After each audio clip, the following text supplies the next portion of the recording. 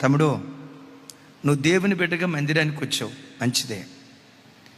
నీకంటూ వ్యక్తిగత ప్రార్థన జీవితం లేకపోతే దేవుని దృష్టిలో అన్యజనుడు ఎంతో నీవు అంతే. అన్యజనుల మీద, ఆయన నామమును బట్టి ప్రార్థన చేయని వారి మీద దేవుడు ఏం కుమ్మరిస్తున్నాడట? ఎప్పుడైతే దేవుడు ఉగ్రత కుమ్మరించాడో అవి నక్కలకు నిలయంగా మార్చబడతాయని దేవుని వాక్యంలో రాయబడింది. ఇప్పుడు నక్కగా పిలువబడుతున్న సాతాను ఏం చేస్తాడో తెలుసా? ఏ ప్రార్థనా జీవితం నీకు ప్రాకారంగా ఉండేదో, ఏ ప్రార్థనా జీవితం నీ పిల్లలకు ప్రాకారంగా ఉండేదో, ఏ ప్రార్థనా జీవితంతో పేద స్థితిలో నుంచి సంపన్న స్థితికి వచ్చావో, కూర్చున్నా లేచినా దేవుడు దేవుడిని ఏడ్చి, రేషన్ కావాలంటే ఏడ్చి, ఆ రోజు నూనె కావాలంటే ఏడ్చి, ఆ నెల ఇంటి అద్దె కావాలంటే ఏడ్చి ఏడ్చి ప్రార్థన చేసి ప్రతిదీ నీ పేద స్థితిలో ప్రార్థన ద్వారా పొందుకున్నావుగా.